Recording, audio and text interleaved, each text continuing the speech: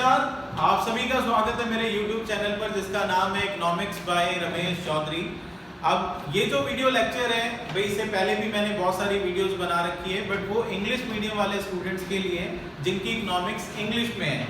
और ये वीडियो मैं अलग से बना रहा हूँ उन बच्चों के लिए जिनकी इकोनॉमिक्स हिंदी के अंदर होती है, ताकि उनको भी मैं ज़्यादा से ज़्यादा हेल्प कर सकूँ, ताकि वो अच्छे से समझ सकें कि अर्थशास्त्र यानी इकोनॉमिक्स एग्जैक्टली होती क्या है। तो मैं पार्ट वाइज वीडियो को बनाऊंगा। जैसे हमारी समष्टि अर्थशास्त्र यानी मैक्रो इकोनॉमिक्स की जो आपकी 12th में बुक है, उस बुक का जो पहली यूनिट है जिसे हम राष्ट्रीय आय बोलते हैं, उस राष्ट्रीय आय वाली यूनिट के हम कुछ छोटे छोटे टॉपिक को उठाएंगे, फिर उन सारे टॉपिक को मर्ज करके जैसे जैसे क्वेश्चन आते हैं मोड के अंदर आपके, वो मैं बताऊंगा। यानी एग्जैक्टली अगर मैं आपको कहूं तो मैं आपकी इकोनॉमिक्स का समष्टि अर्थशास्त्र के हर एक टॉपिक को एक्सप्लेन करूंगा, अच्छे से समझाऊंगा, ताकि उस चीज का आप यूज करके अपने बोर्ड एग्जाम में ज्यादा से ज्यादा अच्छे मार्क्स ले सकें। तो आज की वीडियो हम स्टार्ट करते हैं बिना किसी देरी के। तो सबसे पहले हम बात करेंगे कि समष्टि अर्थशास्त्र क्या होता है। समष्टि अर्थशास्त्र यानी कि मैक्रो इकोनॉमिक्स जिसे हम इंग्लिश में बोलते हैं, उसे क्या बोलते हैं, क्या होती है। बेसिकली आपने 11th स्टैंडर्ड में पढ़ा होगा व्यष्टि अर्थशास्त्र यानी माइक्रो इकोनॉमिक्स।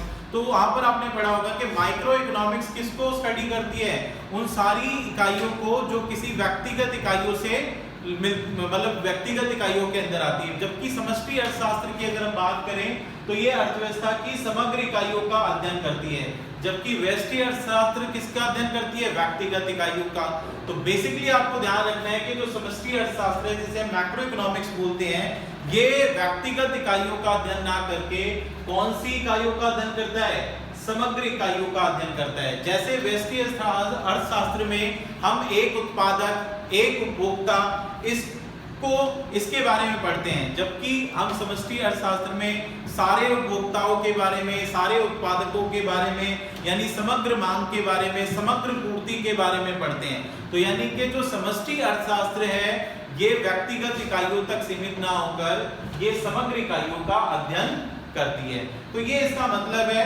अब इसमें हम आज की इस वीडियो में सबसे पहला टॉपिक स्टार्ट करेंगे जिसका नाम है वस्तु किसे बोलते हैं। यानी वस्तु क्या होती है। वस्तु हम सबको पता है, वस्तु का मतलब क्या है, वे सभी चीजें जो मनुष्य की आवश्यकताओं को संतुष्ट करती है उन्हें वस्तु कहा जाता है। हम जो भी खरीद रहे हैं वो सारी चीजें क्या है, हमें डायरेक्टली या इनडायरेक्टली हमारी आवश्यकताओं को संतुष्ट करती है, इसीलिए तो खरीद रहे हैं। और उन्हीं सभी चीजों को हम क्या बोलते हैं, वस्तु बोलते हैं। बट यहाँ पर जो 12th वाले पार्ट में अगर हम बात करें तो आपके सिलेबस के अंदर वस्तु कई प्रकार की हैं। भाई वस्तु में अगर हम बात करें तो हमें 5 तरीके की वस्तु पढ़नी है।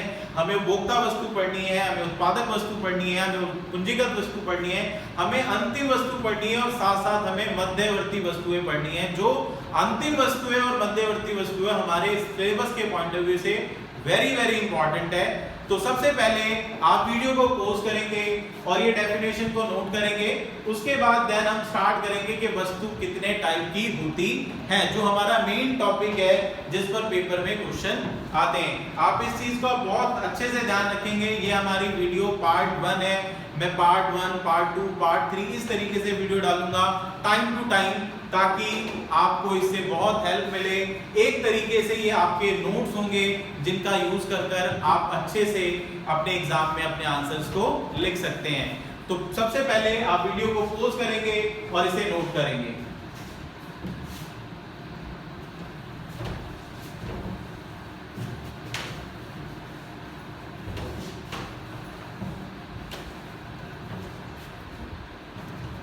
अब हम पढ़ेंगे कि वस्तु कितने प्रकार की होती है। तो अगर हम वस्तु की बात करें तो हमें 5 तरह की वस्तुओं के बारे में पढ़ना है। हमें पढ़ना है उपभोक्ता वस्तुओं के बारे में, हमें उत्पादक वस्तु के बारे में पढ़ना है, हमें पूंजीगत वस्तु के बारे में पढ़ना है, हमें अंतिम वस्तु के बारे में पढ़ना है, और इसके अलावा हमें पढ़ना है मध्यवर्ती वस्तु के बारे में। तो बेसिकली अगर हम वस्तु की बात करें तो हमारे पास 5 टाइप की वस्तुएं हैं जो 5 कैटेगरी हमें पढ़नी है। सबसे पहला हमें पढ़ना है कि उपभोक्ता वस्तु या वस्तुएं क्या होती हैं, या उत्पादक वस्तु या वस्तुएं क्या होती हैं। इसी तरीके से पूंजीगत वस्तु, अंतिम वस्तु और मध्यवर्ती वस्तु। तो आपको ध्यान रखना है कि जो अंतिम वस्तु है और मध्यवर्ती वस्तु है, ये पेपर के पॉइंट ऑफ व्यू से वेरी वेरी इंपॉर्टेंट है, जो पेपर में बहुत ज्यादा पूछा जाता है। तो वन बाय वन हम इस चीज के बारे में डिस्कस करेंगे। सबसे पहले अगर हम उपभोक्ता वस्तु की बात करें तो उपभोक्ता वस्तु क्या होती है, जरा ध्यान से सुनना। उपभोक्ता वस्तु वो सारी वस्तुएं जो हमारी आवश्यकताओं को प्रत्यक्ष रूप से संतुष्ट करती हैं, वो सारी वस्तुएं कौन सी होती हैं, उपभोक्ता वस्तुएं कहलाती हैं।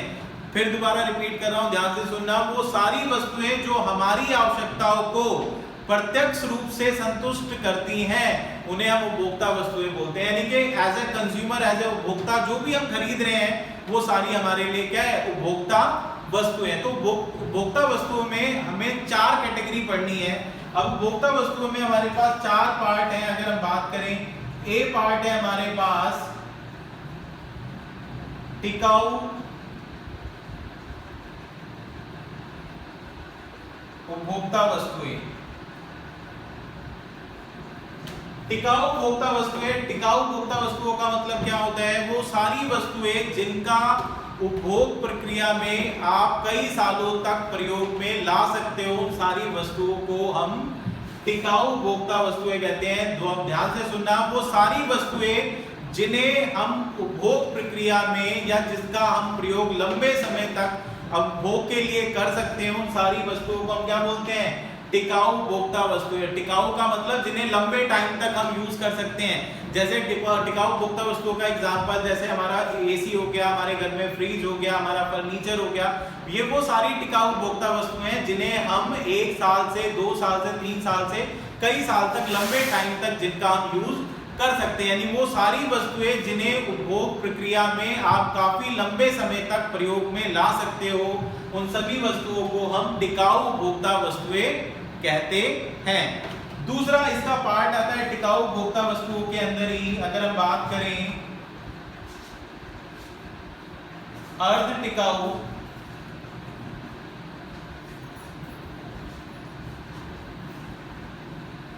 उपभोक्ता वस्तुएं। नेक्स्ट है भी हमारा अर्ध टिकाऊ उपभोक्ता वस्तुएं। अर्ध टिकाऊ उपभोक्ता वस्तुओं का मतलब कौन सा है, वह सारी वस्तुएं जिनका प्रयोग आप उपभोग प्रक्रिया में 1 साल या 1 साल से थोड़ा ज्यादा तक कर सकते हो, उन सारी वस्तुओं को हम अर्ध टिकाऊ उपभोक्ता वस्तुएं कहते हैं। जैसे हमारे कपड़े, हमारे जूते, हमारी चप्पल, ये वो सारी चीजें हैं जिन्हें आप 1 साल या 1 साल से थोड़ा ज्यादा समय तक प्रयोग में ला सकते हो। यानी इन्हें आप ज्यादा लंबे समय तक उपयोग में नहीं ला सकते, 1 साल या 1 साल से थोड़ा सा ज्यादा। उन सारी वस्तुओं को हम क्या बोलेंगे, अर्ध टिकाऊ उपभोक्ता वस्तुओं का नाम देंगे। आप ध्यान से सुनेंगे वीडियो में और अपने नोट्स बनाएंगे।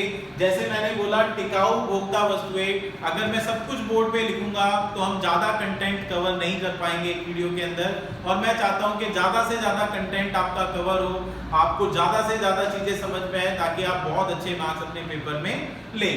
तो टिकाऊ उपभोक्ता वस्तुओं की डेफिनेशन की बात करें तो वे सारी वस्तुएं जिनका प्रयोग उपभोग प्रक्रिया में हम काफी लंबे समय तक कर सकते हैं, उन्हें हम टिकाऊ उपभोक्ता वस्तुएं कहते हैं। एग्जाम्पल बहुत जरूरी है जो आपको याद रखने हैं, जैसे फर्नीचर हो गया, जैसे फ्रिज हो गया, एसी हो गया, ये सारे एग्जाम्पल हैं जो टिकाऊ उपभोक्ता वस्तुओं के अंदर आते हैं। उसी तरीके से अर्ध टिकाऊ उपभोक्ता वस्तुएं वो सारी वस्तुएं हैं जिन्हें आप 1 साल या 1 साल से थोड़ा ज्यादा समय तक उपभोग प्रक्रिया में प्रयोग में ला सकते हो, जैसे कपड़े, जूते एटसेट्रा। इसी तरीके से तीसरा पार्ट इसमें आता है आपका गैर टिकाऊ।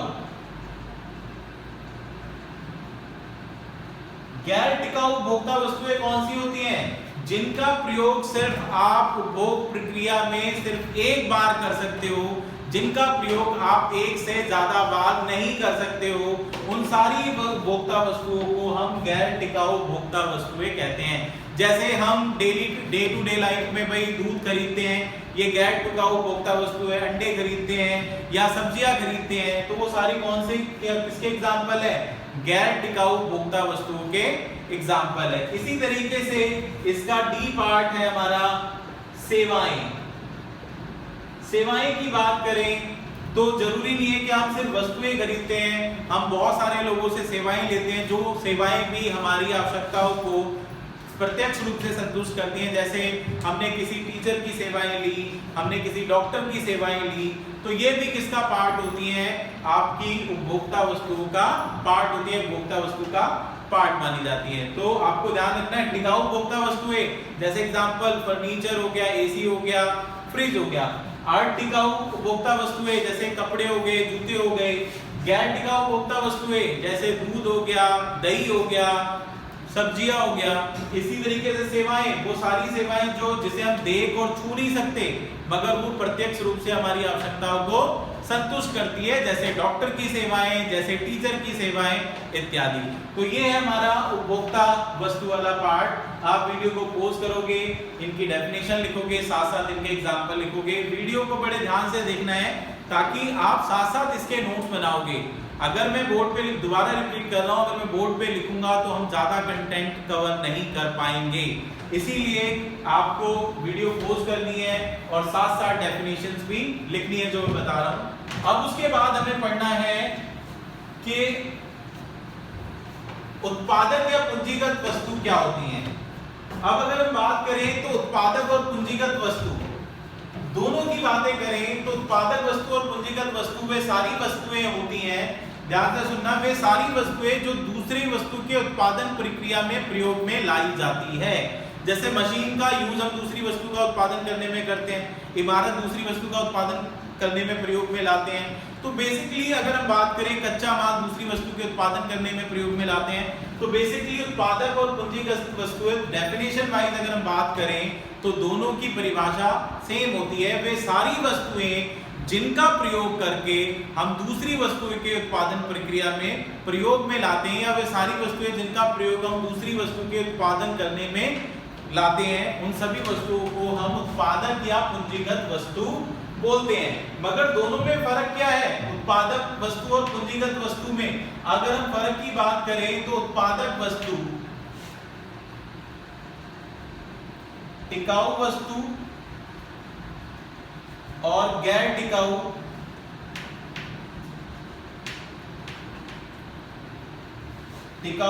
वस्तु और गैर टिकाऊ वस्तु दोनों को शामिल करता है।